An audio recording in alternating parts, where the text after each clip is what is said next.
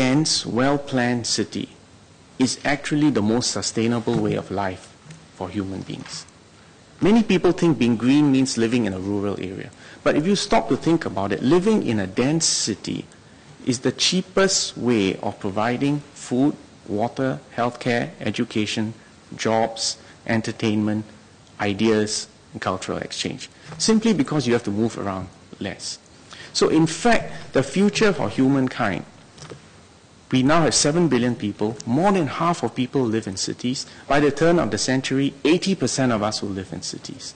A dense, well-planned, connected city is the greenest and most sustainable way of life for the future. And Singapore can take the lead. One key unique feature about Singapore, if you fly over Singapore, is that a lot of it is green. Almost 47% of Singapore is green. But why is it green? It is green paradoxically because we are so high-rise. Because nearly 90% of us live in apartments. The point I'm trying to make is that if you really think about sustainability in the long run, the answer lies here.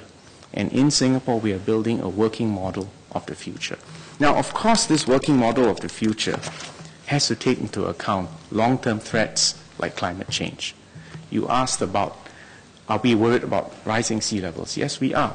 We are anticipating they could go up anything from between 60 centimeters to a meter or beyond.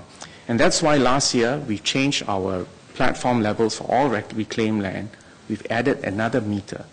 So all reclaimed land now will be at least 2.25 meters above the highest recorded sea level.